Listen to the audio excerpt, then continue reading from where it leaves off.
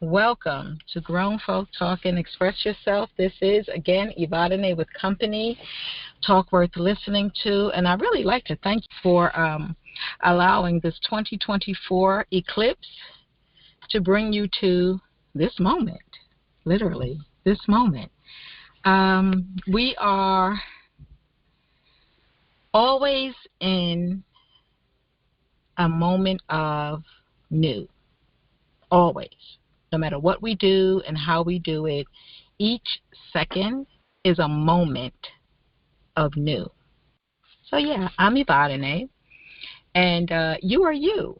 And I'm hoping that the invitation that I sent out today, that you had an opportunity to take advantage of it, during that crossing time, which may still be happening, that you put out there your energy of what it is you want. People say your needs are more important. I say they're synonymous. If you're in tune to you, your needs and your wants are on the same page. Let no one tell you that they're not. Because if you want it, it's for you. And we're talking about good things. We're talking about goodness. We're talking about positive elements to bring into your life or the lives of your family members. I'd like to thank you all for coming on always live. And if you're listening to this on YouTube, it could be my YouTube, like ssr.com, or it could be on the Grown Folk Talking YouTube, Grown Folk Talking Express Yourself. Either one, like, share, subscribe, and ring the bell. See, that's what like SSR stands for. Like, share, subscribe. It's a constant reminder.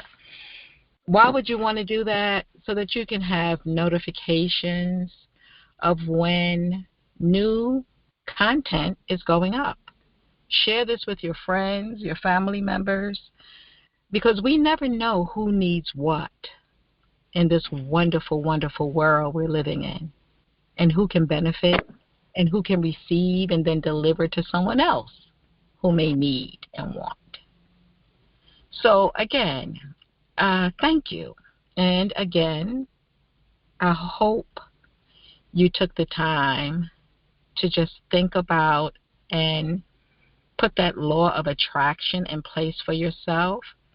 But if you didn't, I'm going to be quiet for 30 seconds so that you can put into the atmosphere, combine your energy with the energy of the eclipse, the solar eclipse, and ask for what you want.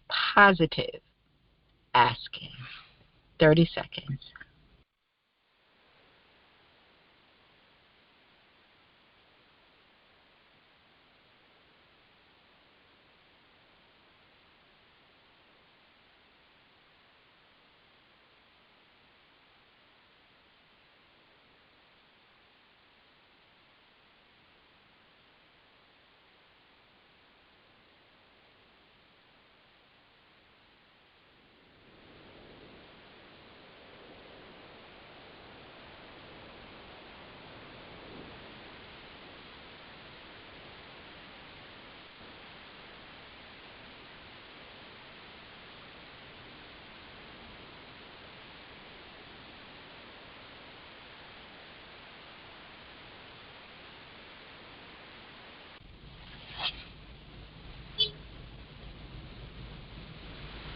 You can say Ashe.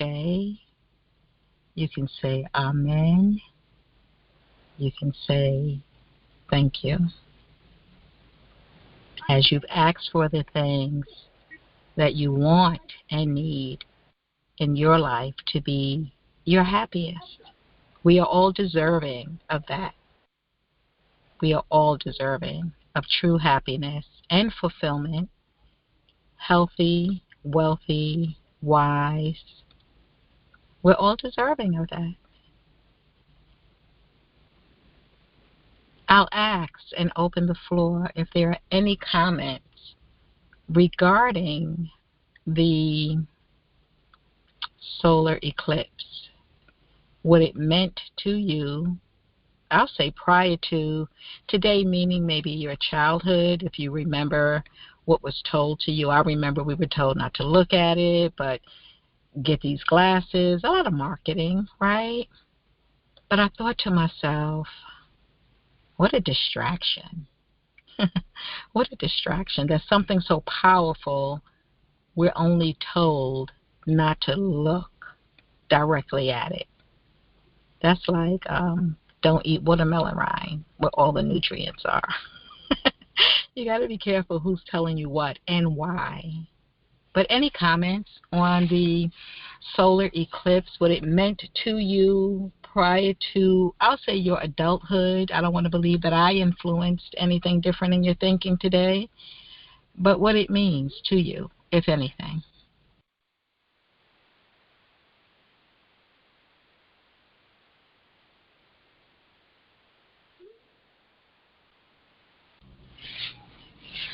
Okay. If at any point in time you have a comment, though I enjoy it very much, I don't mind taking a break from speaking.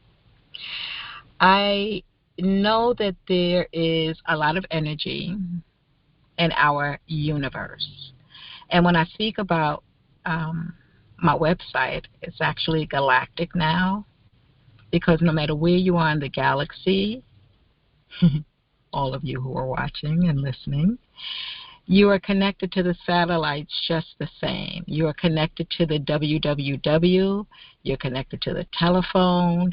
You're connected to the television. You're connected to everything. We are all connected. And not just with mankind's design of technology, but the universal design of technology and connectivity. We're all electrical beings. And a true example of that today, well, as you know, my antennas are very, very high, brushing the clouds, planes are going around, and I think the spaceships are kind of moving around them now. And I was going to meet a client 1 block away from another client. And I said, I should go and check and see if they're available. And before I could get the BLE out and available, I got the call from the client I was going to call and check. And I said, it's amazing. And he was in Jamaica, but he heard me. The universe connected those dots before I could even get them out. Because, when you get it out, it's because you already received it. Okay, let me speak for me. So when I speak it, it's because I've already received it, and now I'm just translating it into a language that I speak. So as I was saying it to myself, the best person for me to speak to, by the way, before I could get it out totally, the universe connected the dots first, really. And the person called me. And so after that stop, I went around, came around, and went back to the next one. It's just that easy when we pay attention. That pay attention, it's costly, but it's also free. Does that make sense? It's costly, but it's also free. It's costly when you don't, but it's free when you do. Pay attention. The things that we are asking for, the things that we are striving for, they're coming to us. Maybe not according to our watch and calendar, but as long as you keep doing the things you're supposed to do, and you're not sitting and waiting, you're not in limbo, you're not idle, you're always thinking and doing, but keeping in mind the things that you want and need to accomplish your goals. And I'm speaking about your family as well. It's not always about just you. If you are a good-hearted person, you want the best for everyone, but you start with the closest people to you. That's a good thing. Energy is powerful. Don't let it pass you by. Don't let it pass you by. Have any of you ever wondered where you get your ideas from? That's a question to the audience.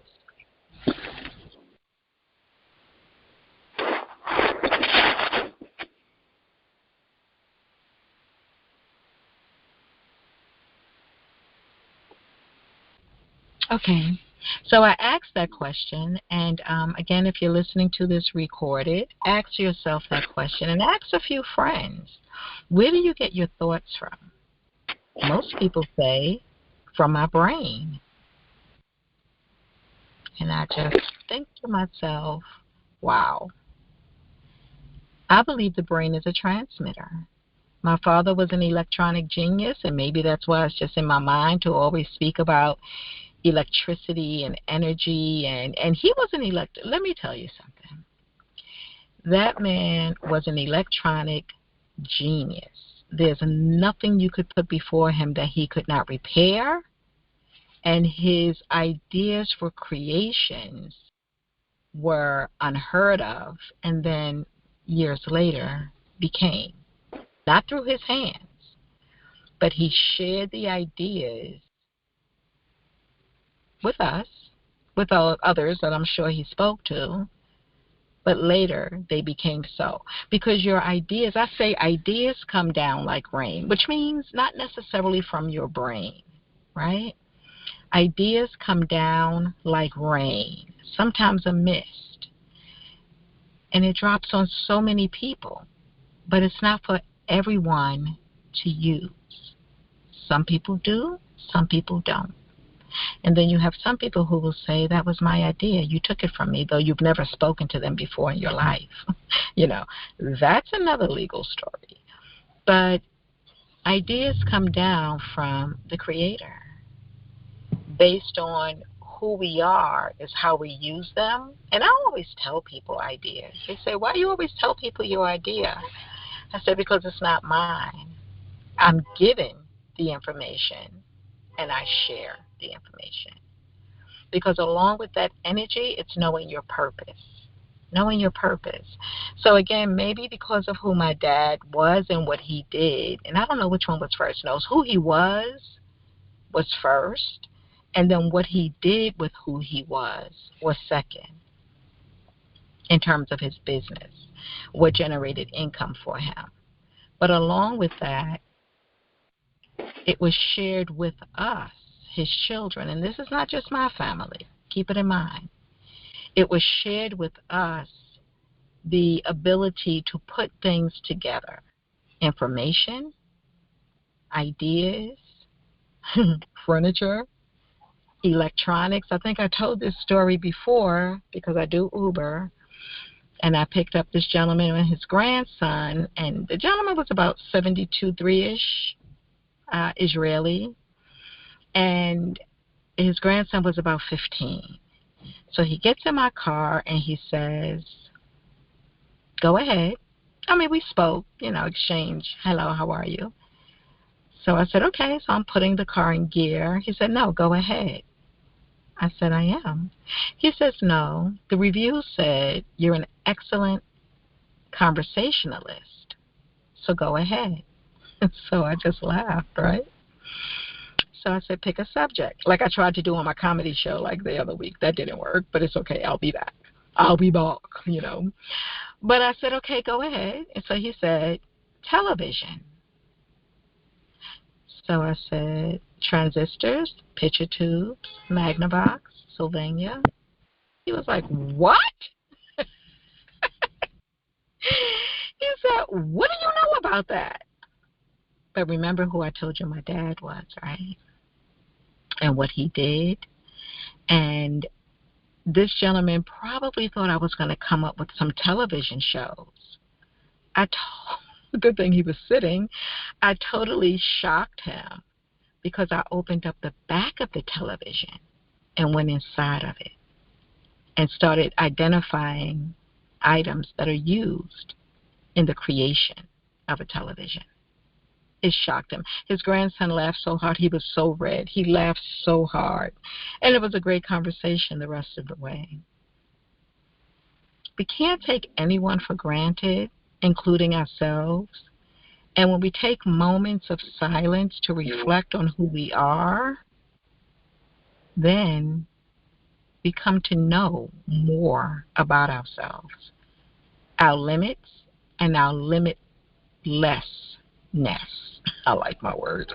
Our limitlessness. We're unlimited. But I'm going to open up the floor. I think I said that about maybe 5 minutes ago, to see who has comments. And, we're talking about a few things. We're going to move into talking about reordering disorders, because I'm kind of sick of it. And the one thing I keep saying about 2024, it's an even year, and it's our time to get even. But the floor is open. Go ahead. Hello? Hello? Hello? Hi. Hello? How are you today? Hello. We can hear you. Hi. Oh, you can hear me? I sure can. Can you hear me? Do-do-do-do-do-do. Oh, yeah. I thought I had to press one. I thought I had to press one or something. I don't know. How you doing? No, This Jay Sean. that would be on Keeping It Real with Jay Sean on Blog Talk Radio. If you want to be heard, press 1. And please tell us about your show while you're on. Hey, Jay Sean, long time, miss you. Hey, how you doing? How you doing? Miss you too. I was thinking about what you were saying a few minutes ago, because about thoughts, and I guess you would call it invisible brain waves, maybe, or something like that. But I don't know. But I know for myself personally, I'm 60 years old, and my whole life, like a lot of my friends, the people I hung out with, and I would say maybe 95% of them, I would say about 95% of my friends, they did prison stints or went to prison or something like that. I say maybe out of, I don't know, 25 of us or 30 of us or whatever, maybe me and one or two other people never went to prison. And why I say that is I'm not saying I never did nothing bad, but I'm just saying that my whole life it always seemed like, you said something about this a few minutes ago, but my whole life, ever since I've been a teenager, my whole life was, every time that I was about to get in trouble or do something that would land me in trouble, or every time something bad was about to happen, it always was something that happened that shifted the energy to something else. Let me see, maybe like, for example, I maybe got into an argument with somebody. And I'll tell you a different story. This happened when I was in the 10th grade in high school, and I went to Eastside High School in Paterson, New Jersey, where they made the movie Lean on Me. But I wasn't there when Joe Clark was there. I was there before that. But I went to high school. I was in the 10th grade, and I had this music class, and it was this guy in the class. His nickname was Duck. But he used to just, every day, he used to just bother me. Like, every day, he would just bother me. Every day. It was like, and it was really starting to get underneath my skin, because he was from a different part of Paterson than I was from, and a lot of times different areas didn't get along, and I think he was a junior, I was a sophomore. Either he was a sophomore and I was a freshman, one of the two. And anyway, he was older than me. He was a little bit more rougher than me, and he just would pick with me like every day. And I don't know. One day I just said that, enough is enough. And I remember the day when I went home. And I was trying to figure out what I was going to do. And I came up with the plan. I took a chain. I got a chain, and I don't know, you can picture in your mind one of the master locks, the big master locks, and in a heavy chain. I put the master locks on the two open ends, so it's kind of like a slingshot, you would say, but not a slingshot, but something you could swing around and do a lot of damage to somebody with if you hit them with the master lock. And anyway, so I went home and I put the lock together with the chain and stuff, and I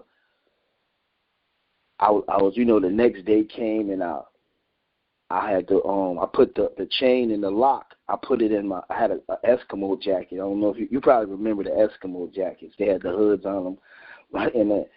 So I put the chain in the lock in my in the Eskimo hoodie, in my hoodie, because I couldn't fit it in my pockets or nothing like that. So I put it in the hoodie, and I was just waiting for that class to come, for that period to come. I don't exactly remember. It was a long time ago, but I already knew in my mind that when we went, it was a music class, so we had locker rooms. So where we would have to go across the hall to get your instrument, I played the saxophone, and the instrument, it was like a little locker room where they kept the instruments at. But that's where he would always, start with the, harassing me and stuff. So I had already made up in my mind that once we were sent over there to get the instruments, I was gonna wait for him to start harassing me or bothering me, and that's when I was gonna take the chain out and I was gonna bust him in his head with the master lock, with a big master lock. So I was already premeditated that I was gonna do it, because I was tired of this guy bullying me.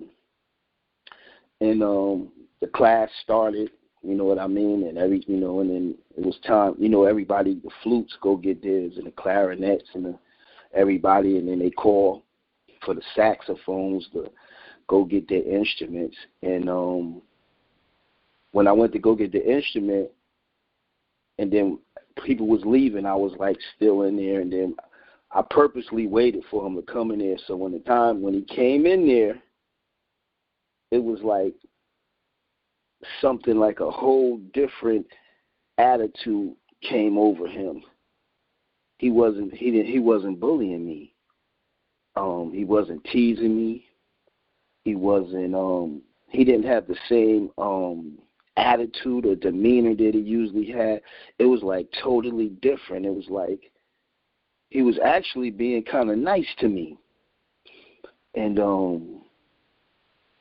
I didn't really understand it, but I didn't rock the boat or nothing like that. And and from that day on, me and him just became best friends.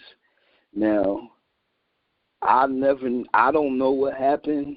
I don't know, but I'm just saying that because what you was talking about earlier about the energy, and somebody read your thoughts in another country, I think you said, or something like that, in Jamaica or something like that.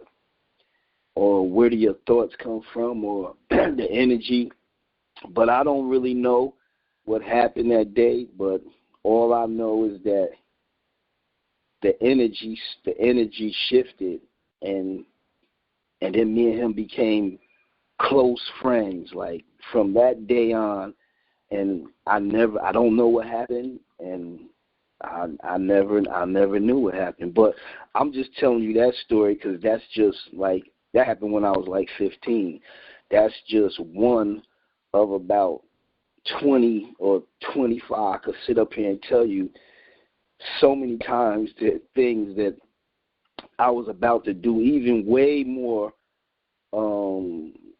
dangerous and way more horrific than that. Things that I was about to do or caught up in different situations. And it just, I don't know, it just seemed like every time in my life I was about to do something or something was about to happen to me, the atmosphere or the energy or the subconscious or whatever you want to call it, it just always shifted it.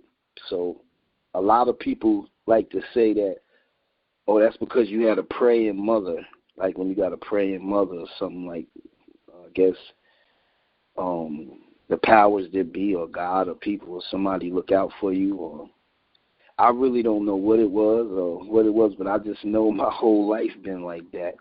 My whole life, every time I was about to do something or get in a lot of trouble or even trouble coming to me or me getting hurt or something like that, it was always something that shifted the energy.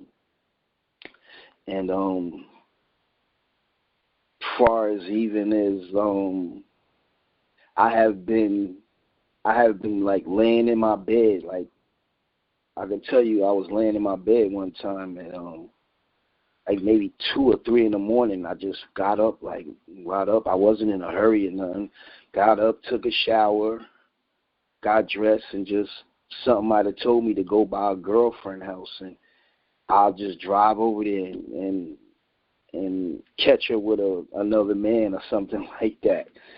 So I don't know if I got superpowers or I'm just one lucky Negro, whatever you want to call it. But that's all I wanted to say. Like, because I was thinking about what you said about different thought waves and stuff like that. And I had a brother who used to always say that it's things that's bigger than us in this world that we don't know about. It's more things going on in this world that you can't see, that you can't feel, but it's going on. And that's it. That's all I wanted to say. That was a whole lot, and I want to thank you, Heavenly Father. I mean, that was a song, right? Yeah, I want to thank you. No, I really want to thank you for that story, because sometimes people think you're making it up, and I will ask you if that gentleman, I mean, because you have several stories, but as I was listening to that one, yeah. if that gentleman is still present, it would be very interesting. Is he still present? Oh, I haven't. I used to see him in passing in Patterson. His father knew him, and my father and his father used to work at Brogan Cadillac together before it went out of business. But I haven't. All I know is his name. His nickname was Duck. But I haven't seen him or heard from him in a long. Maybe if I asked somebody and looked him up, I could find him. But I know, but people, that's how I wrote my first book, because I'm always telling stories about my life, and they used to be like, man, you need to write a book. So that's how I wrote my first life story. But yeah, they all be true stories. I don't think I can make nothing up like that one. That really happened. So, Jay Sean, tell us about all of that, because I'm going to say our first encounter, the one, because I listen to that all the time, right? Not all the time, I do go to sleep, but I listen to that first podcast on your show, Keeping It Real with Jay Sean, that I was on. You kept saying, you people don't understand when something is happening. You don't understand. That's what you kept saying about our encounter on your show. And so I did. Say it again. I said, I did. I don't remember, but probably so.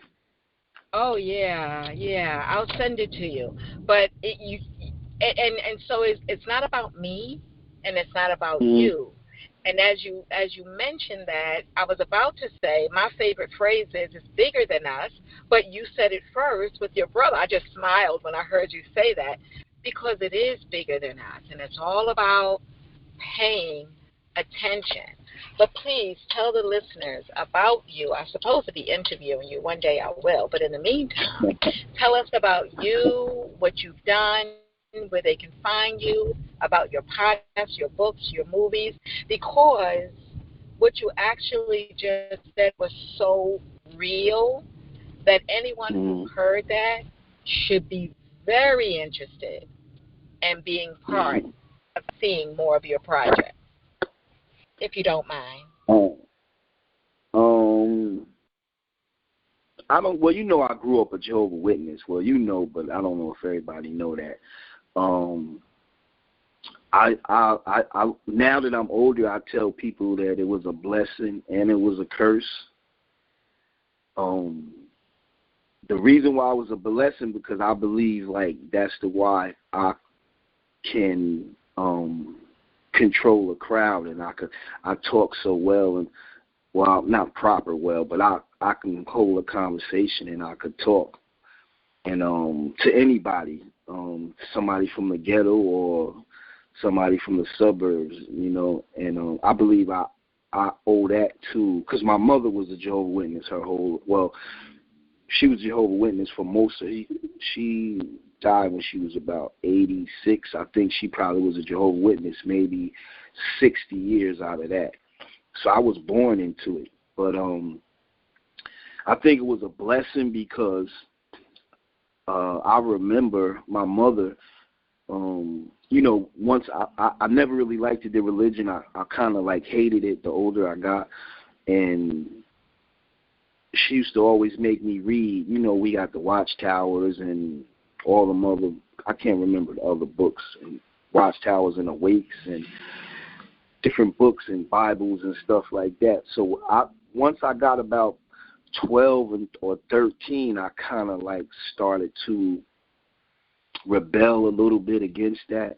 And so she kind of reversed it on me. She was like, well, you don't, because I always had to read every night to my mother. So, and I didn't want to read any more Jehovah's Witness literature. She was smart because she said, well, now that I know, she was like, well, you don't got to read no Jehovah's Witness literature, but you're going to read something. So she didn't care what it was, but long as I read something every night. So, and it, you know, and it went from an hour a night to 45 minutes to 30 minutes to, the older I got, the more I didn't want to do it. But now I know that I owe all my my intellect, as far as me writing, I don't even know, 7 or 8 books and maybe 13 movies I have written and directed. I kind of owe all that to her now, from making me read and write so much when I was young. But the religious part of it, I kind of hated it, because I believe, just me, I believe that Jehovah's Witness religion is a religion that you shouldn't be able to.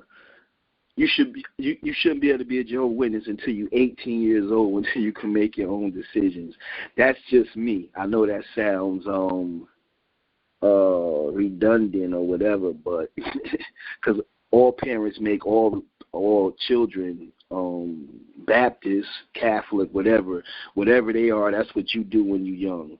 But being young and being a Jehovah's Witness is a whole nother ball game. Like, it really can damage you if your brain is not right for it. Like, and I guess my brain wasn't right for it, because I couldn't understand how you couldn't celebrate birthdays and Christmas and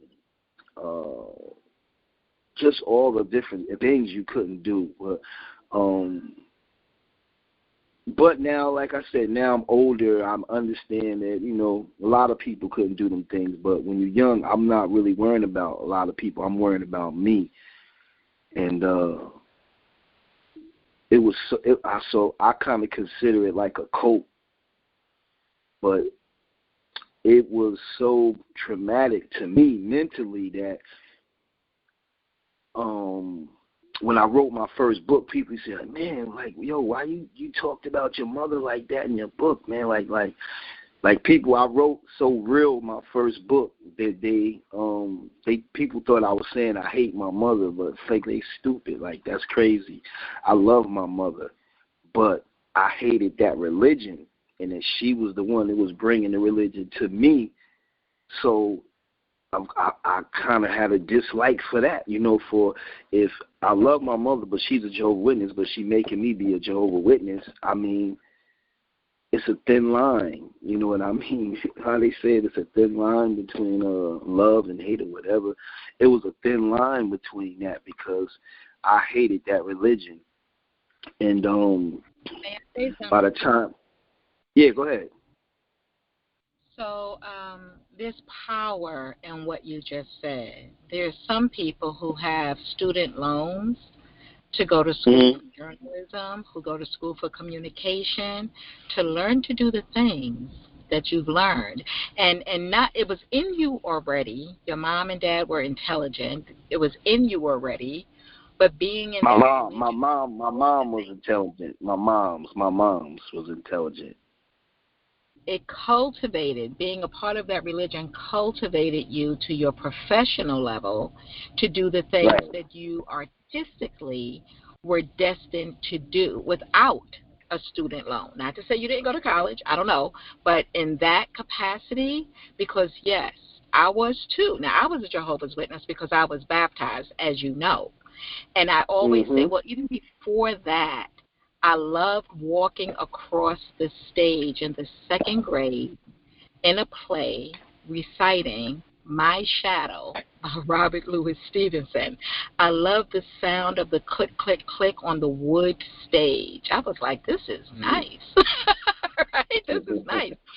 And when I was young, I wanted to be a teacher because I like being in front of the room. This is even before the Jehovah's Witnesses again. But yes, we are developed and directed in so many different ways, and it's powerful when you can reflect back and see what it did for you. And then you say thank you. First of all, you can Of say thank course. you because you're still here. You're alive. You lived through it. But it's looking at those Mm-hmm. and sharing it. I met this gentleman who was 72, he was about 74. And he told me, he said, Mitzi, he called me Mitzi. His wife died and he had 3 daughters. He said the first Jehovah Witnesses that knocked on his door, he turned his daughters over to them. Because the one thing he knew about the religion, in spite of what they teach and whether it's real or fake, he knew. I want to He go. knew that Wait they for was me. what? He knew. He He knew knew that. that they were safe. That they were safe. That his Oh, girls okay. would be safe in the hands of those sisters. So he Oh, turned okay. his 3 daughters over to them, to do the studying and everything. And to this day, they are witnesses, as they call them. They are Wow. witnesses. So everything has a purpose, and it's up to you to kind of discern what works for you moving further. Because even on a job, we could go on a job because we like that they're paying us $100,000 a year. We may not like all the ingredients that we have to do in that job, and as long as it's not against your moral standard, you're going to go ahead, do it, but you're going to cash that check and buy your house and buy your car and take care of your family. So we don't like all the ingredients, but it's the end game. But definitely, when you're young, you don't really see the end game, but thankfully you are able to not only reflect on it, but to share that information. I just want to put a piece in before you switch from the Jehovah's Witnesses. I Uber. Okay. And one day I was doing Uber Eats, and I now call this McUber. I delivered a McDonald's package to this gentleman in Queens. Uh-huh. On the packages, I would always put my business page, and on there was my book.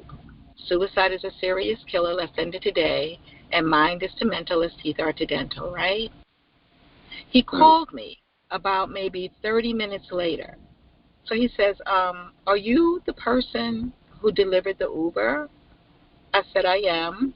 He started kind of, I say, querying me. He started questioning me in a certain kind of way, because in the end, he was saying he was asking me those questions to see if I was just trying to capitalize on mental health with the book, or if I knew what I was talking about. I said, and? Mm. But because we were already now an hour into the conversation, we spoke for 4 hours. We were like an Oh, hour into wow. the conversation. Yeah, it was, and of course, I Uber eated all that night with him because I couldn't pick up people, but I wasn't going to end the conversation. Yeah, This yeah. gentleman Now watch this. I hope you're sitting. We Yeah, I talked. am. I passed his test, right? I passed his test. Not only, Jay Sean, was he suicidal, and in the end, he said, I helped him more than any of the therapists he's ever gone to. Wow. But he also listens to your show. He listens to your show, Jay Sean, because when we were talking, he was a Jehovah's Witnesses, and one of the greatest downfalls is that they separate you from family if your family is not. And he was baptized at age 11, which is too young by their standard. You're not supposed to be able to get baptized until you're 12. But he was baptized at age 11, and he saw the light. He saw the light. So he stepped out of it, right? But his family was all in it. And the one thing he was missing was his sisters and being able to engage with them and their children and his mom. And that's why he was suicidal, because he was missing that family. So you got to really be careful about what you do. Now, people, they believe they're believing in God and going to heaven, all that other wonderful stuff. So whatever the sacrifices you have to make, that's what you have to make for the greater good of going to heaven. But see, I have this new phrase. I don't know if your brother has it. Heaven on earth.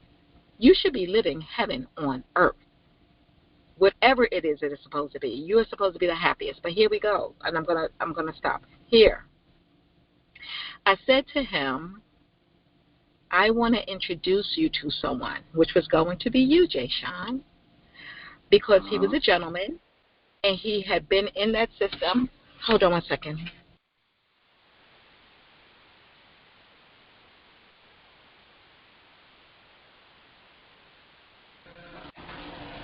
So I'm sorry, I did say hold on, right? What the heck am I doing? So. Oh, you can reverse if it makes it easier. Like grab that one, reverse it. So, okay.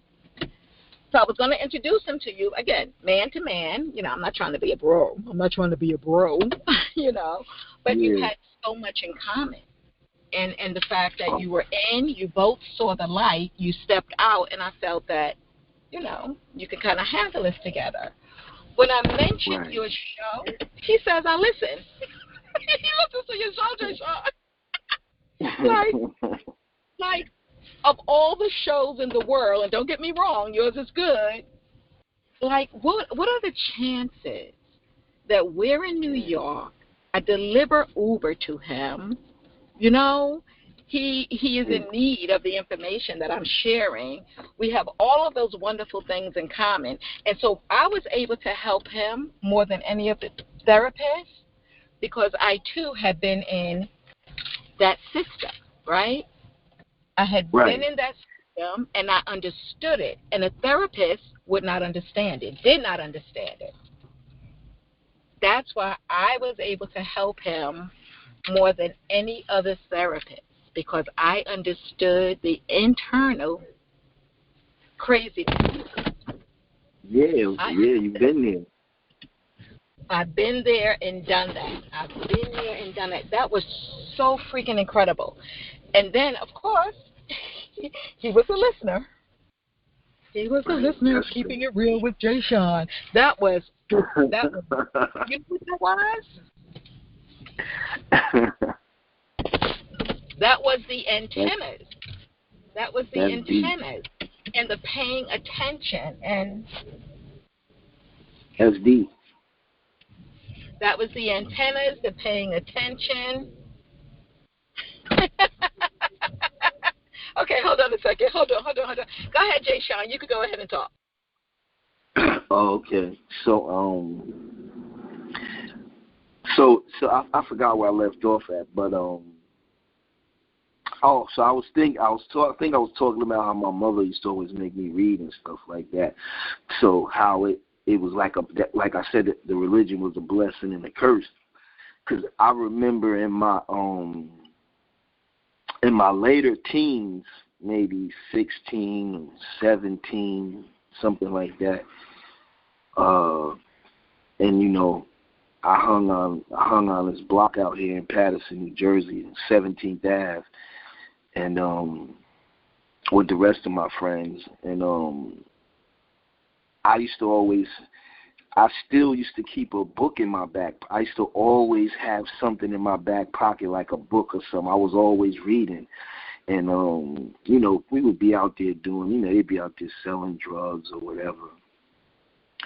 And it just was like people like knew, like, and it, like, why you always got a book? You always reading a book, like you always got a book. Like I could be breaking into somebody's house with my friends, and I could have a book in my back pocket. Alex Haley autobiography, or like this loud top sound, whatever. I have something in my, I love autobiographies, like, so it was just something that my mother, I guess, put in me, and it just never left me. I just picked it up, and I just love reading and I love writing, and I guess that's how I wind up writing the books and stuff like that, and that kind of I wrote my first book, and that kind of propelled me. I was like, okay, well, maybe this is a gift that I got, because everybody got a gift from God. Everybody got a gift. It's wait a minute, fire station, fire engine. So loud. That's all you hear out here. They say everybody got a gift from God. Is what you do with it is your gift back to God. You know what I mean? So I found out, and I didn't find this out until maybe in my 40s, that my gift was that I had a gift for writing. Until I think I wrote my first book in 2008. I did. I wrote my first book in 2008. It's the title is The Paterson Pimp. That's my first book I wrote in 2008, and it was an autobiography on my life story, and it was strange, kind of strange the way it happened, because I think I was in a car accident, and I was in the house, and I hurt my leg, so I just started. Everybody used to always tell me, man, you need to write a book, man. You need to write a book, man, because I was always telling different stories and scenarios of my life, trials and tribulations. I start writing a book, and then I finished the book. I didn't know a damn thing about writing a book. I didn't know nothing in 2008.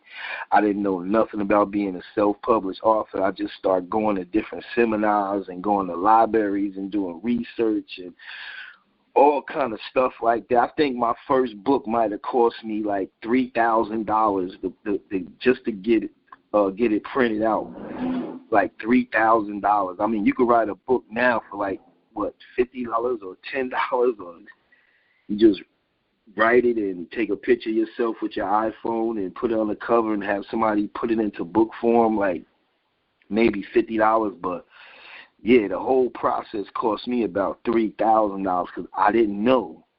So I was just paying people. I had to pay somebody to edit it, and I had to pay somebody to a company to put it into in book form, and then I had to pay a company to have it printed out into, and print out the books. And I used to have to pay $250 just to get 50 copies of my book. I used to have to pay $250 just to get 50 copies. That was in 2008, but that's because I didn't really know. And anyway, to make a long story short, go ahead. Please give us the titles of all of your books and tell us where we can find your books, and also your YouTube.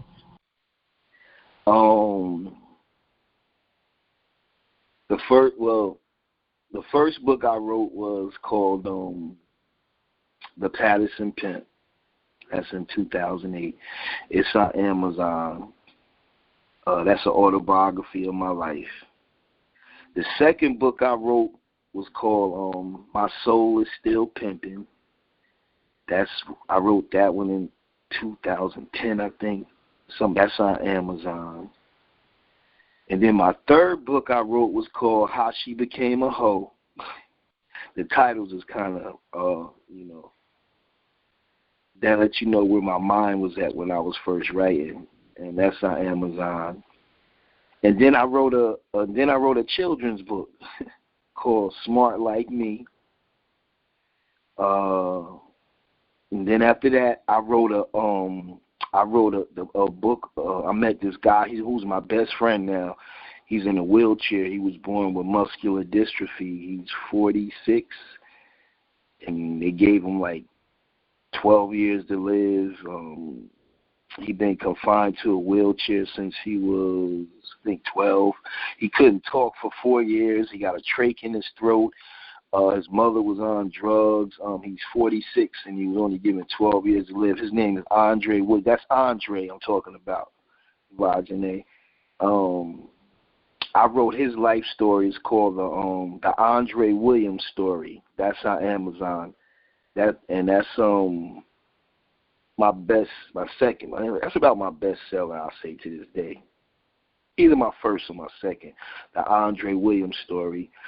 And then I helped self-publish a couple of other books, but I don't really promote those anymore because the people I self-published them with, we had differences. But if you go on Amazon and you just put in the Andre Williams story by Randy J. Sean Jackson, you should be able to see all my books up there.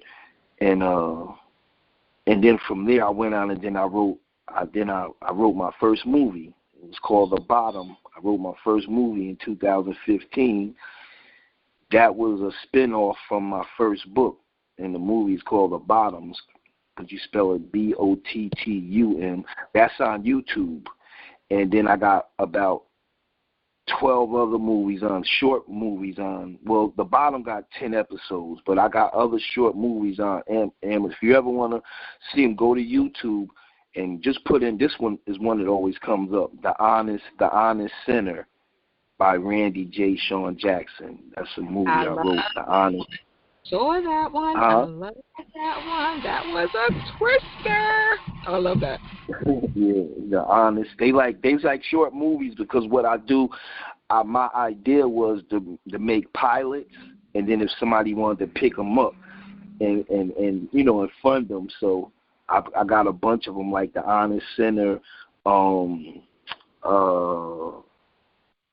What's another one I got up there? Let me see. The Bottom, The Honest Sinner. I'm trying to think of the other one I got up there that's a good one. About the young guy that was a basketball star. I can't think of it right now. I got so many up there, but if you go up there, it'll come up. And I got another one up there called Chat Line, about the dangers of the internet. And then I got another one up there called A Time to Pay. Another one called 16 Bars. What else I got up there? I got another movie up there with me and the guy I'm telling you about called Dre. Me and him is in the movie. It's called A Brother's Promise. That's up there. And just a lot of stuff that I have written, stuff that's up there. And now I got the podcast on Friday nights on Blog Talk Radio. Every Friday night at 8:00. It's all audio. You just call in 563-999-37. Yeah, 563-999-3718. And on Friday nights, it's an adult podcast.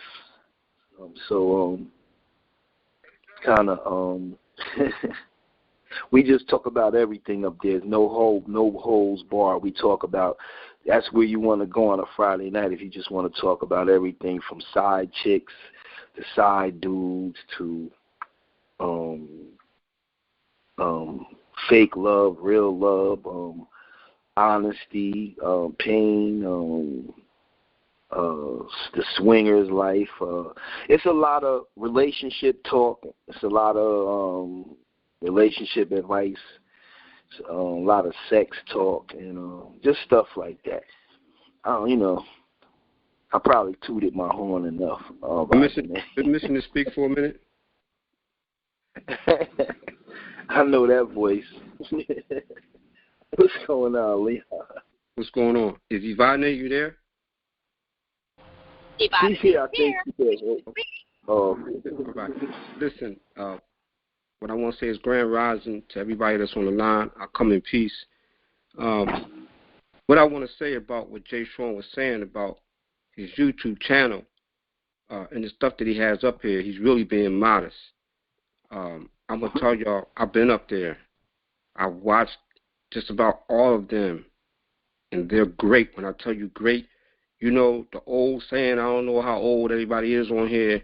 You know how the old saying is, when you eat one, you just can't eat one. If you watch one movie, you won't be able to just watch one movie. You're going to want to watch more and more.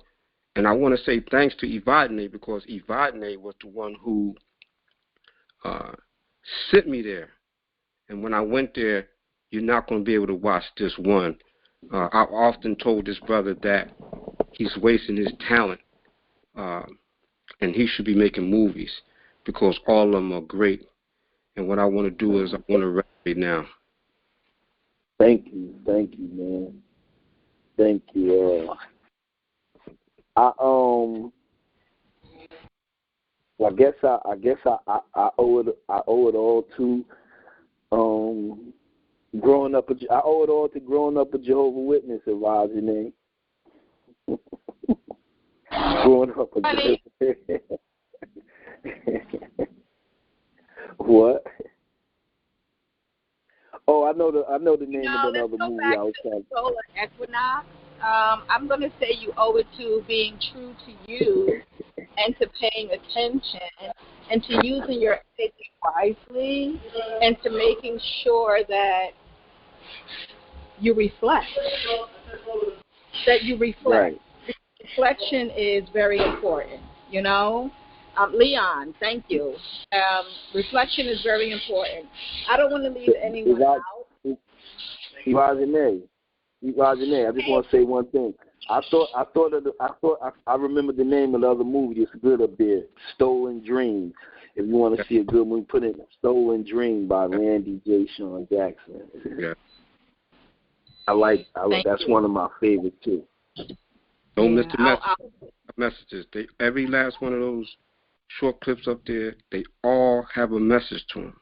Don't miss the message. Yes. Great message. So, Leah, maybe we should do a talk after the movie, not a talk after the talk. So maybe we should put something together to watch Jay Sean, we're speaking to you, not around you or above you. Put something together where we watch the movie and we have conversation and, everything is not about money, but it doesn't hurt to generate it no matter what you decide to do with it, because I just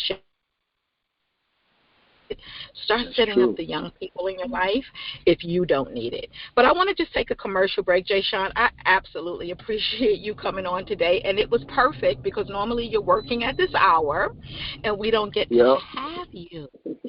We don't get to have you, but not only I was just sitting here because it was it was the eclipse, so I got off early, so I was like, and I said, I got your text, and I'm like, I always want to catch a show, but a lot of time I'm working, like, let me call in. I always let me call in and just listen, and that's what but. I'm a talker, so I'm gonna wind up. If I hear you saying too many, if I hear you saying too many times, do you anybody got anything to say? I can't just be quiet too many times. Like I gotta say something. I gotta say. That's so sweet of you. But just like you, if nobody has anything to say, I'll just go right back in queue, right? Because so ladies and gentlemen. Go to my YouTube, like SSR.com. Like SSR.com. I have YouTube on there. It's me talking to me with you in mind, because ideally it was supposed to be a roast. I wanted to roast myself. Not that I think I'm all that, but I dang on sure ain't going to hear it when I'm dead. So if you got something to say, I wanted to hear you say it, even if it's good, even if it's bad, even if it's funny. But it was like, I think it was during the pandemic, but nobody showed up but moi, which is me, everybody. Evadyne, Yeah. can I say one thing? Can I say one more quick thing? Yes. All right, I just want to say one. Hey, Leon, you still on? Yeah, I'm still Leon. Here. I'm still here, brother. Okay. Leon, was you on when I was saying that every time in my life when something was about to happen to me, something stopped and changed it? Did you hear me say that? No, I didn't hear you say that, brother. Oh, you wasn't on. I was telling everybody how every time in my life when I was about to get in trouble or something was about to happen to me, my whole life, something always changed it in the atmosphere or some powers that be or whatever. So, Evadyne, I can't say too much about it, but Leon can bear witness to what I'm saying. Even recently, a couple of months ago, right, Leon? Yeah. I was in a terrible situation that could have been very, very, very life-threatening to me. And then out of nowhere, something happened, and it saved the day. Am I telling the truth? Telling the truth. Yeah. That's powerful. And so thank you for that. And so we say pay attention. Pay attention. It's like, just as it could be in Jay Sean's examples, something that's about to happen, and when you step out of it, you realize, dang, if I was there 2 minutes earlier or 2 minutes later, I would have been a part of that. It could also be good. It could also be good. So start reflecting on your life. You know, I have it in my book. My books are so wonderful. Oh, my God, my books are so good. Okay, my books are so good. And let me tell you who my co-author is. My co-author is the creator. But I am super fascinated by my ability to listen, and I gather information as well, but all of that gathering information has to do with my co-author. And my books are about saving and changing lives and giving resources, but I do have it in my book. Pay attention. Take a moment of silence. Before you go to sleep, review your day and some of the things that happened in it while you're laying down, not even on your feet. While you're off your feet, lay and review. And when you wake up in the morning, yeah, you might have to get up and go to the bathroom, but come back if you have time and lay down and reflect on your dream. Reflect on your night, your overnight, and the preparing for your day. It's so important to take a minute. We jump up, the universe has a way of doing things. That 2.5-year thing that we went through where everything was shut down, people's lives change. We're not talking about the passing of people. Just the time that people had to be the heck, I love cussing, be the heck still. Right? People had an opportunity, forced opportunity to be still. And so many people made so much of themselves, started their own businesses, no matter how small or how large, they started their own businesses. You know how many vehicles are out here now doing delivery and filing 1099s and not W-2s because they're in business for themselves? Something that we're not taught. So, reflection. Let me put in a few commercials. They will be me as well. So here's a few commercials. You are on Grown Folks Talking Express Yourself, Progressive Podcast Network. This is Evadyne with Evadyne with Company. Talk worth listening to, and I hope it has been. Thank you, Jay Sean, and I hope it has been. I am on Mondays from 4 p.m. to 6 p.m. Eastern Standard Time, and following my show at 8:30, we have King David with, I wrote it down. It's called BS, but it really stands for you taking care of yourself, basic, not BS like in, nonsense, but it's about you. It's in my message. Somebody give it to me. It's about you understanding you knowing what's needed for you to be healthy and how he can help or how we can all help each other.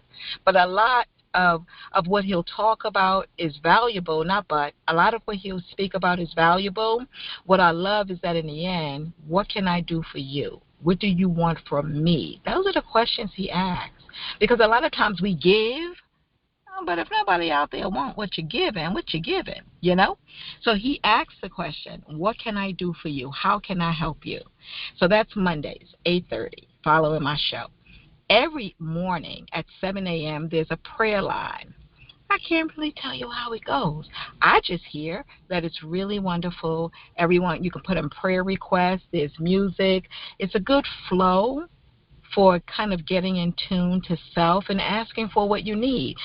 Just a side note, I have this idea that there's no need to pray as prayer is described. In my head, everything is known. The work is doing your part and getting it done. Because if the Creator knows everything, you don't have to have that personal conversation. You don't need to go and ask. My head says that. All you have to do is do the work that you want to lead toward. Because somewhere in the book, that's the book, it says, meet me halfway. Faith without works is not like having faith at all. So that's a good combination. So the Creator knows what you need. That's why we're talking about energy. The Creator knows what you need and what you want. Again, synonymous. You could pray if that's what you need to do. I have conversations. So maybe just a change of wording. I have conversations, but I do my work. And I will tell you, if I'm doing my work to get something I need and it's not working, then I say, hey, now it's up to you. That's what I say. That's how I talk, to the Creator. Hey, got to get your attention, And it happens. Every single thing I ask for, I receive. And it's not immediate, and it comes through mankind, but I know it's not man. And because I'm paying attention, I know when it arrives. And I just look up and say, thank you. That's all, And because we're vessels. We're vessels for messages. Tuesdays, Grace Space at 6 p.m. with Jada. Excellent show. Grace Space. 7:30 p.m., The Pink Sofa Talk with Carol Lucille. Listen to 520-525-8633. Get the entire show lineup. It's changing. Every other Thursday, we have Michael Tyson, who's helping you create community health clubs. Come on to this show. You can listen in. If you want to create a health club with you, your friends, your family, your church, come on board. This is going to lead into the medical piece. Also, if you go to the doctor and get blood work done for your physical, get copies. Get copies of your last 5 years and send them, he's going to kill me, but send them to jhickey@invitehealth.com. jhickey@invitehealth.com. He's a pharmacist. He's a nutritionist. He knows his business. He'll review that. Ask him. Tell him I sent you, Evadyne. He'll review it because the white coats have a very interesting business. I'm not sure how many of you know it, but the white coats have a business of medicine. And so what you want to do is you want to be in the business of better health, You want to know what's going on in your body before you have a symptom. I would like to think, by a show of hands, and of course I can see through the phone, how many people here know their blood type? Okay. I only see 4 people raising their hands. Knowing your blood type is so critical to how you eat. Your blood type determines the type of food you should eat.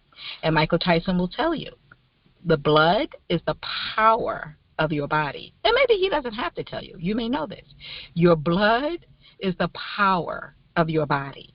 So Michael Tyson, he actually sells, he's a distributor for wheatgrass, which helps to give your body the nutrients and minerals that it needs. It helps your blood be the best it could be. That's probably a little bit of a commercial too. But anyway, Michael Tyson, check him out. Now, I wanted to talk about some health things. Do I have permission? Do I have permission? Okay, well, I guess I have permission. So here we go. I'm going to start at the bottom because the Eve syndrome that the agenda makers put in place, women are always last on the totem pole. So I'm going to start at the bottom of the message that I sent out with mammograms. Ladies and gentlemen who may get them now too, there is no need. Oh, wait. If there's any gentleman on here who's had a mammogram or a breast examination, because men get breast cancer also, please tell me exactly how they do it, because I darn well know, I love cussing, right? I darn well know that they don't take your breast and stick it between two metal objects and squeeze it until tomorrow. So anyway, ladies, opt out of the mammogram and opt in for the sonogram. Tell them. Just tell them anyway. I have dense breast. I always have to do a sonogram after. So just do the sonogram if you're going to do anything at all. Because my head said, if there is something in there, let's just say a tumor, a cyst, that's not really happy about being there, you squeezing that thing to death, you're going to make it pop. You're going to annoy it. It could have been nothing that you just made something come back up off of me, because I don't even go anymore, right? But back up. Okay, men with your prostate, always get a second opinion. Please, on Sirius Radio, we had Joe Madison, who passed February 1st.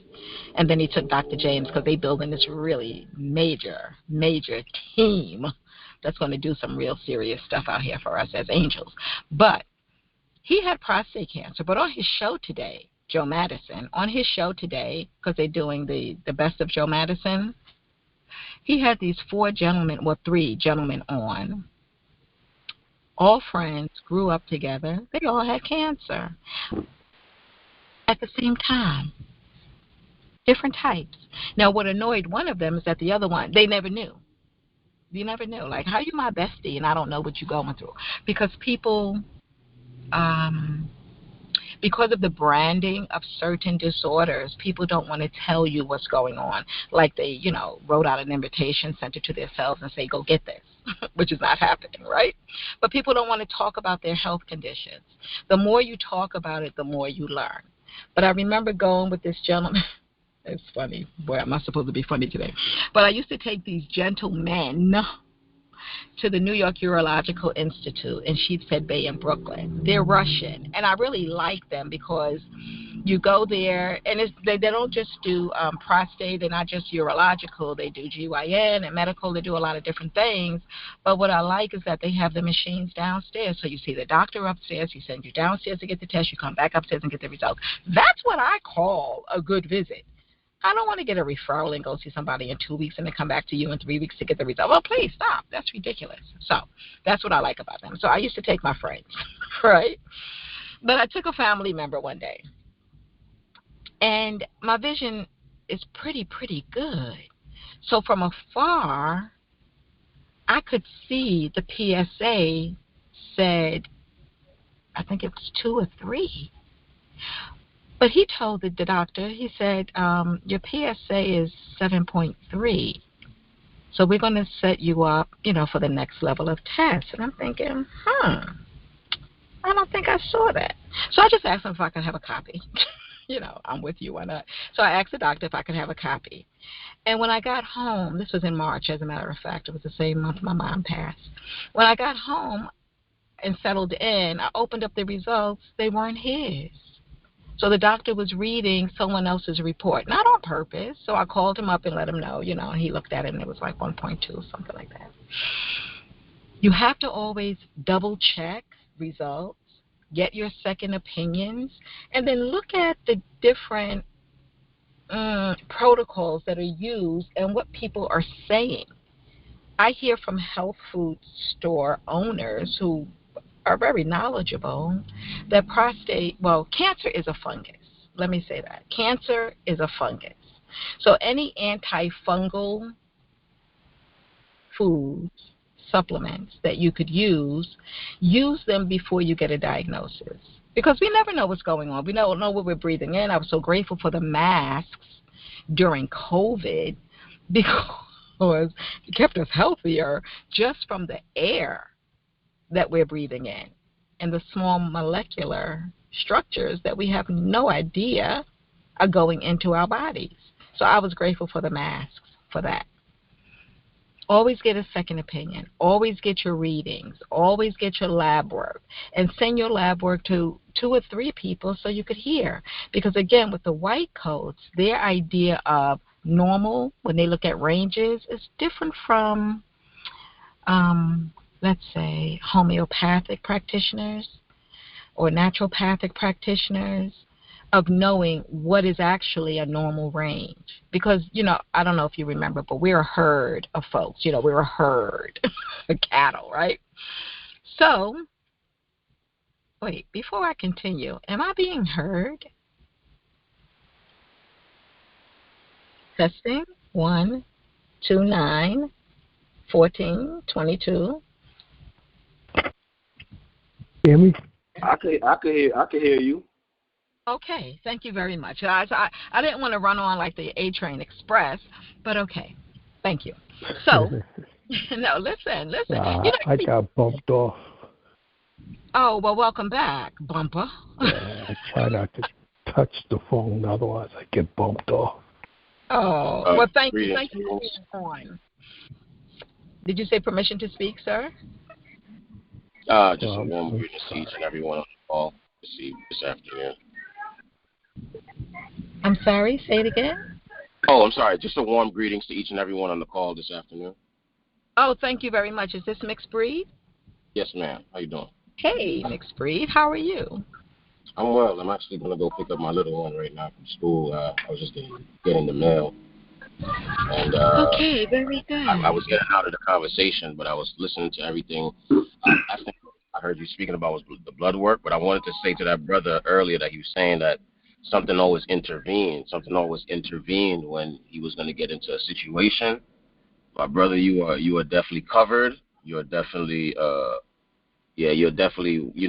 protected, guided and protected and covered by the divine creator. So that's what we call divine intervention. It's like, for example, we in the streets thugging and shots are firing, but you don't get hit. And I mean, shots are firing, but you don't get hit. That's divine intervention. So just know that you are covered. You are definitely guided and protected by the divine creator. So that's divine intervention.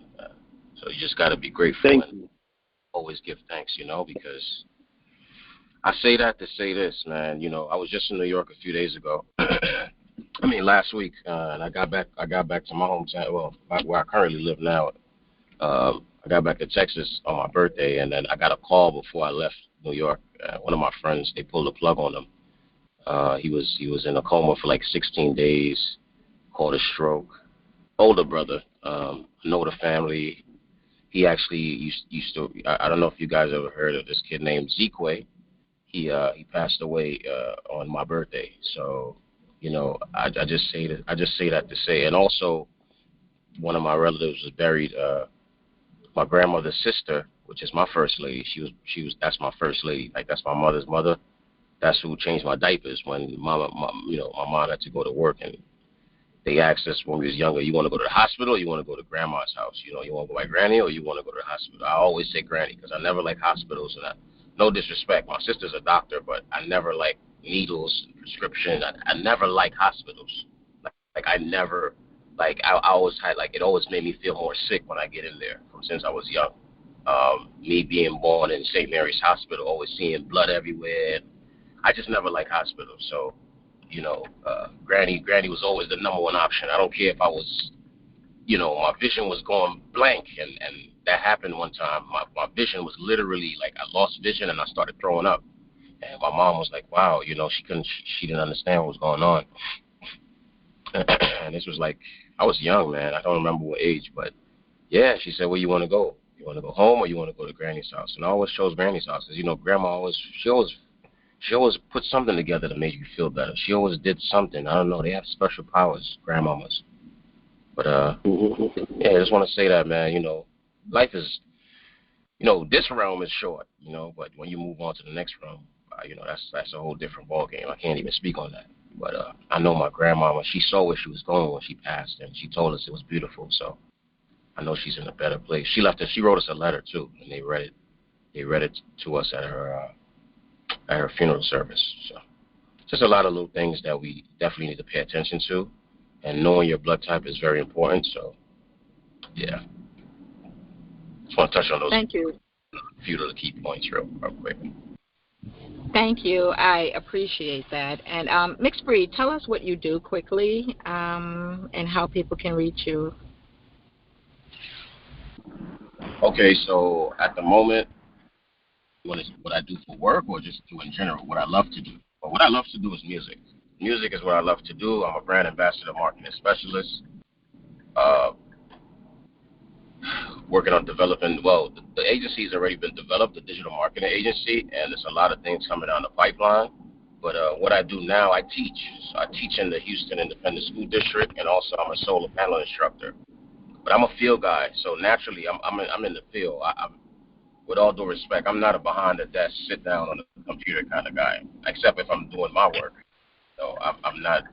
I like to be outside in nature, you know, dealing with all the bugs and the birds and the bees and the, you know, all of the other stuff. So I don't care how bad the weather is, how good the weather is. I'm always outside working on, you know, that's what I like to do. I've worked with the gas company for,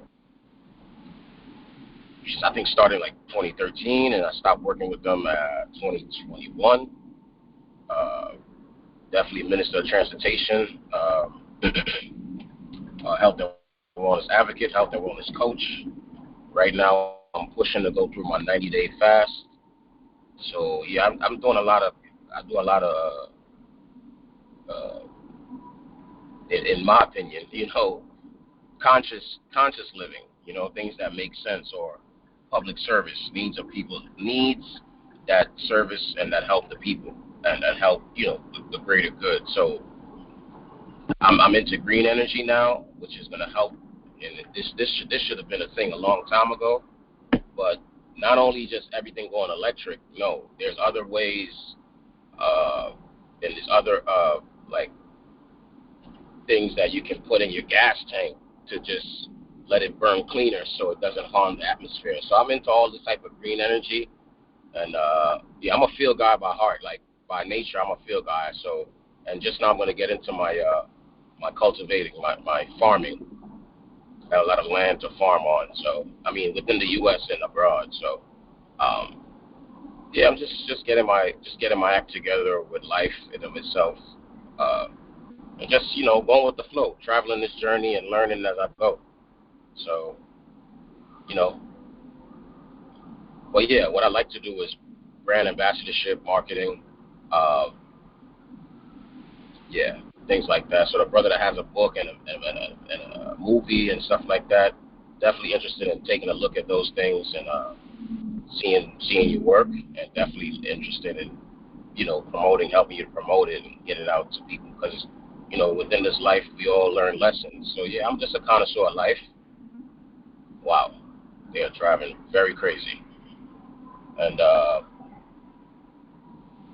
yeah, they're driving. Well, I thank you. I thank you for that. Is there a contact number, website, or email you'd like to share?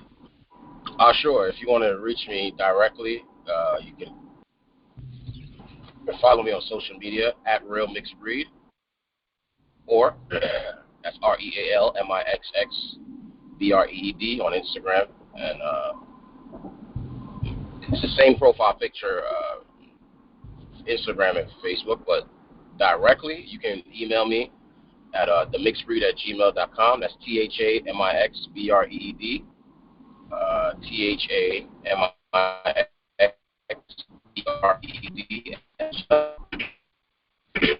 and 927. I think it's you who's breaking up a little bit, unless it's me. Is it him or me? Tom? You were breaking up. Did you give your phone number or your email Can you hear at me? the end? Yes, can hear you now. Can you hear me? Yeah. It's the highway. Once you're on the highway, Okay, was it's it your email or they your call it phone number you were giving in the freeway. end? And, it's themixedbreed@gmail.com. THA. My direct number is 929-427-7937. Thank you very much. Thank you. And I appreciate you coming on and listening in. Yeah. Okay. Leon. You're welcome. Eyes with the New Vision. Thank you, Mixed Breed. Leon, Eyes with the New Vision. Can you tell us about you, your organization, and how people can reach you? Come on, brother. Come on. Come on, brother. Come on. Leon? Yes, I'm here. I'm sorry. I'm here. I had to take myself off of mute. Yes, my organization is called Eyes with a New Vision. It's a nonprofit 501c, and what we do is we go around speaking to the sighted world about the blind world. What we do is we try to teach, and we don't try. We definitely do teach. I came up with another slogan that I've added to that. We have a couple slogans, but I came up with another one, and that was working together to bridge the gap between the sighted world and the world that's under the umbrella of vision loss. And we have our own podcast. It's called Eyes with a New Vision Support Group. We're on every last Wednesday of the month. The telephone number to come into that podcast is 520-525-8064. Our next show that's coming out will be on the 24th of this month. I will be interviewing a stem cell doctor that's curing a lot of things through stem cells. Also have my nurse practitioner coming on and my therapist coming on. I always felt like, or we feel like, when we do these type of shows, we need the professional people on, so we don't have to make the disclaimer of what I'm not. And so with that being said, thank you for the airspace and opportunity. Anybody that's here that comes on Grown Folks Talking on Wednesdays, they have a show on Wednesday. Please go to that show, and you can come on mine's after that show, which is about 7:30, 7:45. I'll still be on, going strong. And so with that, thank you, Evadyne, for the time and the space. I appreciate you. I know. No, I'm going to get it. So the show he mentioned on Wednesday before him is John Monroe with Vision Care. And for that, you can go to No. You said on Wednesday the show comes on here on Grown Folk, and then your show. I thought, correct me, but I thought that was domestic dispute show that comes on. Ho. Okay, so Francesca right. no longer silent. Right, okay. She comes on at 6. I come on at 7, and she usually goes on about 7:30, 7:45. That's what I was mentioning. Okay. So let me just finish with everyone who's listening. If you have vision issues and would like some alternative resolution, some alternative ideas, go to drdrbanker, BANKER.com. And there you will find a lot of videos, resources, and information to help with vision loss. And when Leon mentions under the umbrella of vision loss, if you wear glasses, right or wrong, Leon, you are under the umbrella of vision loss. You Correct. don't have to be blind, but if you're using anything to help you see anything, then you are also under the umbrella of vision loss. And Mixed Breed mentioned something that reminded me of the Dr. Sebi clip that I saw online where the lady was thanking Dr. Sebi for curing her husband of blindness. He said, I did not treat a gentleman for blindness. He treated him for something abdominal, gastrointestinal, in his belly. And for the first time in 11 years, the man could see again. So when Mixed Breed said he kept throwing up and he was like losing his vision, well, throwing up is abdominal, and vision is your eyesight. We have no idea the complexity, but also the simplicity of the greatest machine ever created, which is our bodies. That's why you really need to know. Now, Dr. Oz has a book titled You, Understanding the Human Body. It's the only manual for the human body that I've ever seen. I mean, we did have Encyclopedia Britannica, and I used to love going through it and looking at it. It was like these clear, colorful sheets, you know, almost every time you turn a page, it would open you up to something different. But when it was closed, you would see the whole body. But I've been in medicine I've been in healthcare since I was a kid, just paying attention to the Creator and doing the things I need to do. But it's very important to look at those things. Okay, let's go with cancer. Cancer, and I just want to run through this really quickly because we're going to run out of time. Cancer is a fungus. It is said that when they find a tumor, that is your body's natural process of creating a dumping ground for cancer cells, a garbage can for those cancer cells to be stored in.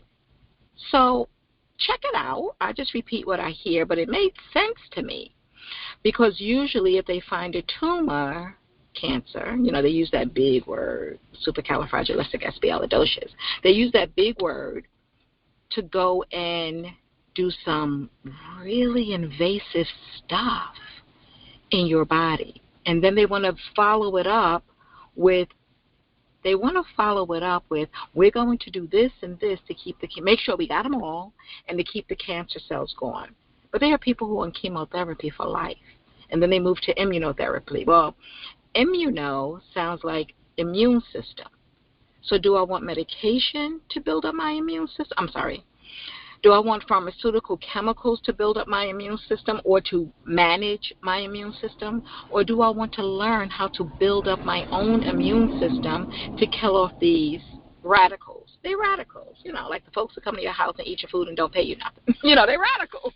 So understand the possibility of what I am saying being true. The tumor is the garbage can that the body has developed to capture the cancer cells. Fine. If you want them to go in and remove the tumor, peace. Take it, go play with it, send it to all your friends around the world, because they do that, you know, the research facilities.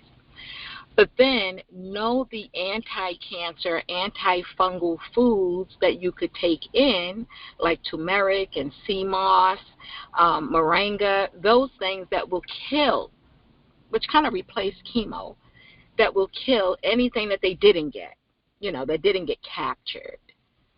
I met a lady, she had colon cancer, which they say is one of the fastest and most deadliest. She let them cut it out. They gave her a whole protocol of chemo and radiation. She said, no, I'm good. They said, no, if you don't do this, you're going to die. You only have like 3 to 6 months. She said, I'm good. I'm talking to the lady. It's 5 years later. What did she do? Moringa, sea moss, turmeric with the black pepper. She did the natural things that she had already looked into when she got her diagnosis. She knew that was going to be her aftercare, and that was 5 years after the surgery.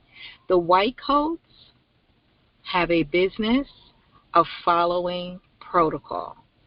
The protocol is created by those who want to be in business. I don't even have to repeat that. I think that was clear, so I slowed down. I don't know if you noticed. So, cancer, anxiety. If people suffer with anxiety very well, they could have low iron. I've met several people who are infused with iron because of anxiety. So blood work is key. Not only blood work, but building your blood. Let's go back to the wheatgrass and other things. Again, the sea moss. I have a gentleman, Christian. He has the blue sea moss and the regular sea moss. A mixed breed, Christian, Rojo. We're all part of the Powerful Pioneers organization, which is a wonderful organization of like-minded people, really. Business, health and wellness, just blending life. And it's real-time connection, right, mixed breed? It's real-time connections. Evadyne, absolutely. Yeah. Absolutely. Can I add on to something that you said? I wanted to share this, and this is why it is important for people to know these different things that you're talking about. I want to reflect on what the young man was talking about he was throwing up and he lost his sight. And these are the things we talk about. This is why it's important for people to come up on Grown Folks Talking Express Yourself, because there's infinity of information up here that you can use. The reason why the young man lost his sight because he was throwing up, his problem is that he had leaky gut. Leaky gut, when you have leaky gut goes into your bloodstream. That's why we have a lot of these other diseases that will come out through your skin through leaky gut. And he lost his sight maybe because I can't say positively, absolutely, but I can tell you that I'm halfway there. What happens is when you have leaky gut, you have to cure the yeast. You have yeast in your stomach. That's what leaky gut is. And sugar feeds on that yeast. This is why we need to stop messing with that refined sugar, because that's what it feeds on. And then when you get the proper stuff that you need holistically to cure that leaky gut, that means you're clearing the bloodstream up.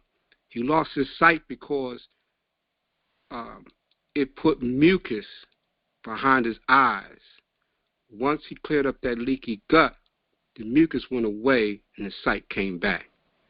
And that's why it is important to come up here on these different podcasts. It is important for you to come on our New Vision support group, because we have these type of informations that we share up there. And thank you. Once again, I rest.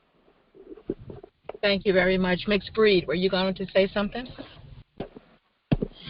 No, I wasn't going to say anything, except I don't know what I was going to say, but yeah, I lost my train of thought. But however, well, I mentioned Powerful Pioneers and that it was real-time connections, and that's what we are all part of together. For sure, absolutely. And the other thing, I think I was going to mention something in regards to the health and wellness. But yeah, our health starts and ends with us, and until we get to the age of adulthood where we can, where we're responsible for ourselves. And like we always say in the field, safety first. So it starts and ends with you. So whatever you put in is what you get out. And true wealth is health. Because without your health, you can't do anything. So I've learned that the hard way. So I'm more like conscious now of what I put in my system, and I'm just on a whole different journey now with the health and wellness, and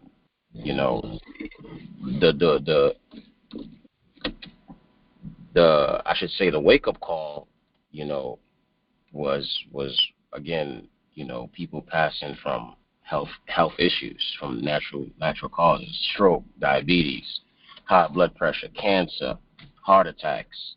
I mean, the list goes on. So that's in a nutshell kind of what I was hinting on. Powerful Pioneers is a community of resources, services, and network. So when the community is in lack, just like this platform, Grown Folks, and the other brother Theon, he was talking about his platform. These are platforms that are so essential, especially during times of like pandemics and things like, well, I call it the plandemics. These plandemics because, again, when the community is in lack, we come together to be resourceful. We come together to be the resource for the community. Now, let's say, for example, everything shuts down. Where are people going to go? What are they going to do? That's why, farming is important, producing your own food. And oh, I remember what I was going to say now. The powers that be, thank you, Sister Evadyne. The powers that be, they always use this fear thing, this fear factor, this fear monger. And if you know what fear is false evidence appearing to be real. So they allude to this fear factor, try to always scare you, like the lady that had cancer, and she they wanted to do this and do that. She's like, no, I'm good. Chemo is poison.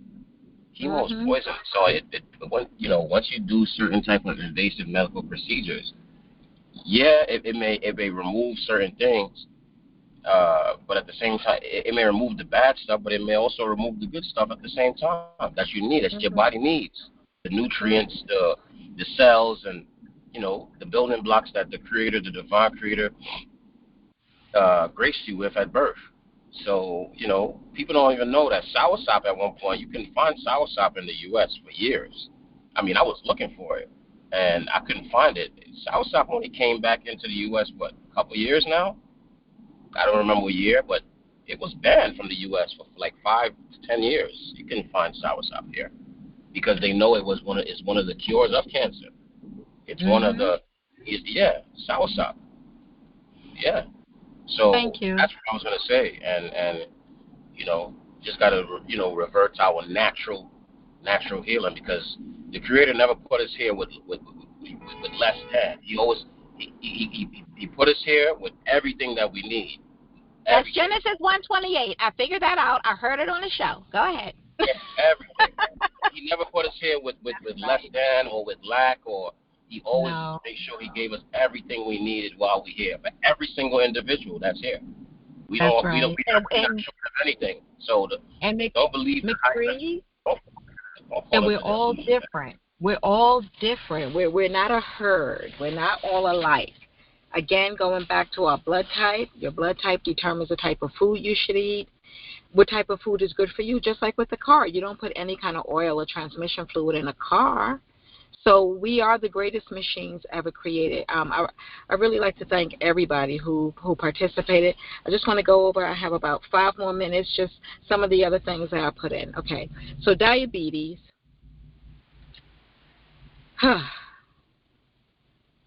As Leon said, leave alone the sugar, the white processed sugar. Definitely leave that alone. Detoxing your body in order to reorder, to get rid of disorders, is really the first step.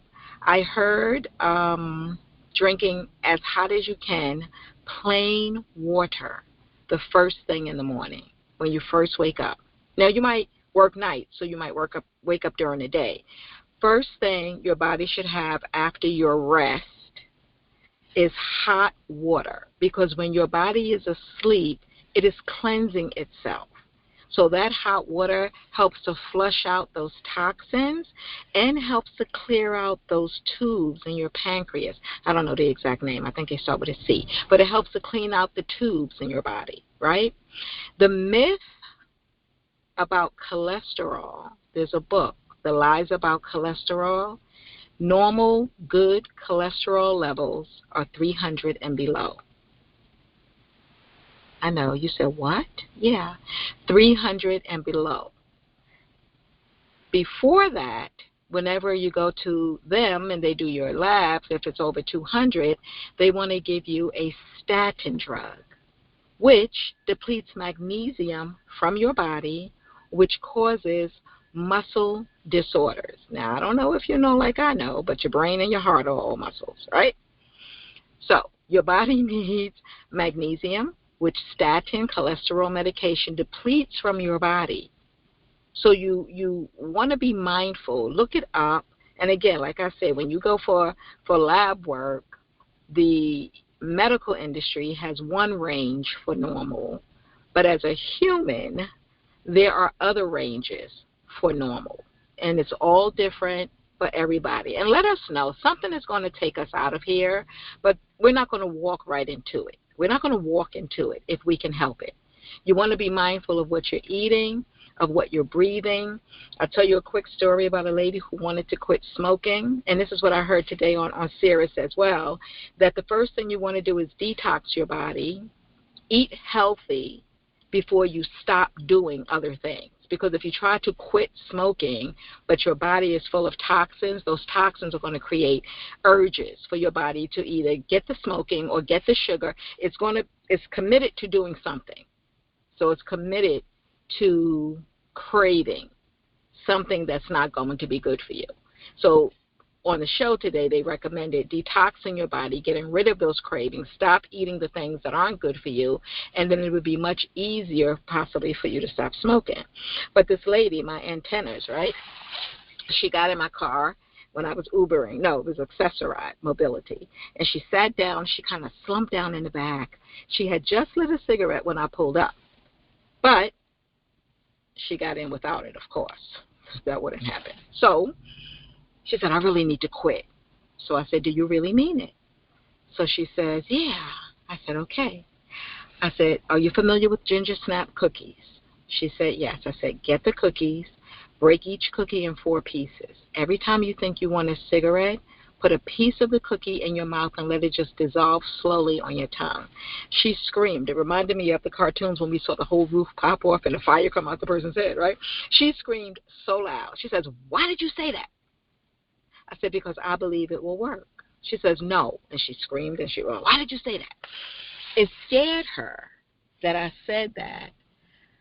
I shared with her that I'm a foodie. I smoked once in first grade, lighting my mother's cigarette at the stove. It was nasty because I'm a foodie, and that was nasty. But I remember that taste. And to me, ginger snap cookies has that same flavor, that same taste as the tobacco, right? She was in shock because she loved ginger snaps, had not had them in over 20 years, and she bought 2 boxes the day before. It scared her itless. I love cussing, right? I keep saying that because you're going to hear me cuss one day. I do it so beautifully. And I don't cuss you out. I just, add it in on occasion, like pineapple between 2 layers of cake and some coconut on top. So anyway, but it scared her that she purchased the ginger snaps after 2 decades. And now I'm telling her it will help her quit smoking.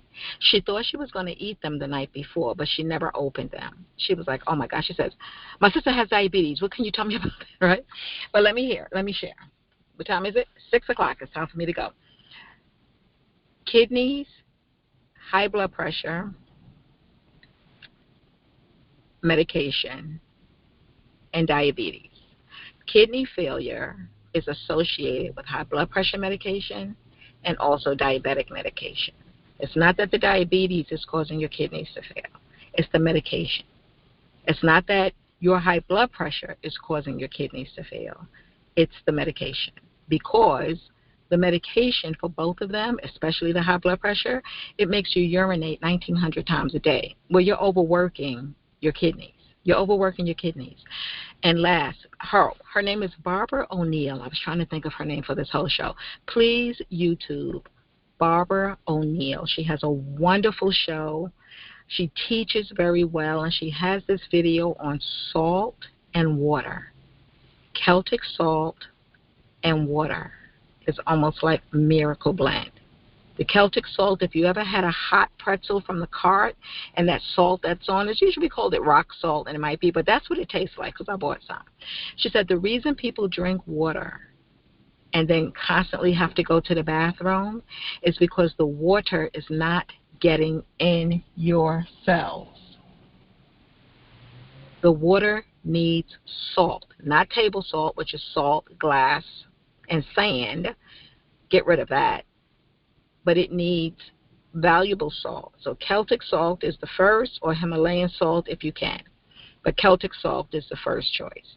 Water needs salt to enter the cells. Other than that, it's just hanging out on the surface, and you're going to just urinate it out all day long. Evadyne with company, talk worth listening to. This is Evadyne. Anybody have anything to say before I close out? Hey, Sister Evadyne, I got a quick question. So even if you sip water versus gulping it, it still is not going to enter the cells? Because, some people may argue. I know an elder, he says, you're not supposed to drink water. I'm like, okay. It may sound crazy to most people. He was like, only if you're thirsty. He said, people think he's crazy, but he says people don't understand the body like he does. He's up there in his 70s. But to my experience, I know when you sip water, because the body, the cells, the body can only do but so much at one time. And it can only absorb but so much. So when you sip water, these little small little droplets, it'll get into the cells quicker. I think the catalyst is the salt, that Celtic salt. Mm-hmm. And a lot of the salt that we use today has heavy metals. So that's another thing too. So I want to know, do you think sipping water would be a better option versus gulping it or chugging it down? Unless you're really thirsty. I will check on that, but I will say that I don't know if it's a gulping or a sipping, but just the water. Like people drink. Some people will drink down a bottle of water, especially in the summer. They'll drink down a bottle at one time. I hear you, and it makes sense that if you sip it, it will absorb better because it's not an overflow. It will absorb better. So we'll check that out. We'll do our homework. That's why we're here, right? Yeah. And the next thing is we gotta come up with a tips book, man. Everybody come together, and this is a beautiful platform, by the way. Thank you for having me on and sending me the invite. Beautiful platform, beautiful situation, and I'm thankful for everybody that's on the call too that shared their piece. We gotta come up with like a little tips book, man. Tips for health, So it's interesting. I do have my book. I have two books. Suicide is a Serious Killer. Let's End It Today. And Mind is to Mental. I sent you. Mind is to Mental as teeth are to dental, and we all have a mind. I sent you the ebook, correct? Yes, I believe you did. Yes. Okay.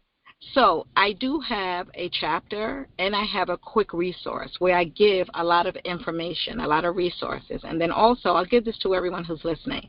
If you go to nfspcn.com, nfspcn.com. That's Networking for Success, PowerCardNetwork.com.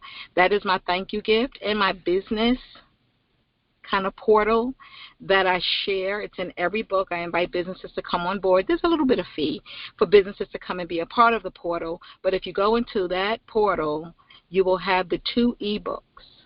And the ebooks do have resources for information, and I'm always adding, but you're absolutely right, Mixed Breed. We need to have something where people can go and say click, click, and then have it categorized where they can actually get what they want and how they want it. Physical, as well as virtual. I love virtuality because it's galactic, all over the galaxy. The people on the spaceship could even go on and see what we're doing and hear what we're saying, I don't know if we can help them with that gravity issue, but hey, they could probably help us with a few things. Thank you very much for coming on. Thank you, everybody. Jay Sean, Glenn, Vito, Forrest. August 10th, Grown Folk Talking, Express Yourself, is having a health and wellness event in Newark, New Jersey. 12 noon, Salvation Army, I think North 9 or South 9. It'll be clarified. You can go again to, grownfolktalking.com is a website that we have now. Also, the YouTube, Grown Folk Talking Express Yourself. You're at the right place where you see the hot mic. My website, Networkingforsuccess.info. Networkingforsuccess.info. You go to promo, you could actually get the books as well. You can get the books wholesale. You can bring me in as a speaker. If I learn how to speak. But Jay Sean, absolute, and thank you. And I'm looking forward to putting together something where we can watch, even if it's virtual, or watch and talk and meet and greet kind of thing. So many people want to do so many things in their lives. Marcus, you're on. You want to tell us quickly about your show, the third? Well, Can We Talk with Adrian? I'm going to wait for you to unmute. Can We Talk with Adrian is on Fridays at 6 p.m. Marcus is the co-host, and here he goes.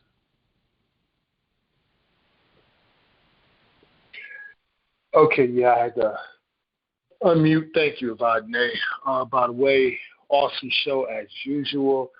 I appreciated it, and I really appreciate everybody who chimed in with their information. It's really, really something special here. And like Brother Leon was saying, you know, more and more people should chime in, and I think that they will, because there is a cornucopia, so to speak, like a buffet of everything here for everybody. But to my show where I co-host with Adrian, Can We Talk with Adrian, comes on Fridays at 6 p.m., and the third Friday of every month, I co-host with Adrian. I talk about my topic basically is paradigm shifts that can basically applies to everything with the thought. Everything that we thought, everything that we think, everything that we act on based on that. And basically what I do is I deal with issues that deal with the mind and with thought and with actions based on those thoughts. Right now we're dealing with community, neighborhoods, and even block associations, and the power that is held there at the local level, which actually ascends up. So we're dealing with that right now, and that's every third Friday of the month. And this month in particular, my topic is going to deal with specifically government and politics, but we're going to come from the side of civics because we've missed that. We haven't had that. And they did take that out of our elementary schools and our junior high schools and even our high schools and replaced it with other stuff. But we're going to come from that because we definitely need a refresher on that moving forward. So everybody, if you'd like to tune in, we'd love to have you. And it's an open forum. So everybody come to the boardroom, sit at the table, and we mash it up and we share ideas and information. We offer options to issues that we have. So that's every third Friday, 6 p.m. Can We Talk with Adrian, co-host Marcus, and we'll be dealing with paradigm shifts. Thanks, Evadyne. That's 6 Eastern Standard Time, people. And like I said, there's an infinity of information up on this on Grown Folks Talk and Express Yourself. Great show, Evadyne, as usual. Not disappointed at all. Never am when I come up here. Thank you. Thank you. Hey, take this tissue. I really want to thank everyone for coming on and participating. And again, Grown Folk Talk and Express Yourself. We're here to express ourselves and allow you to express yourself and to share information across the board. People say no one's perfect. I say we are perfectly who we are supposed to be, and we are always becoming. So with that, I say, may every day be your best day. Live heaven on earth.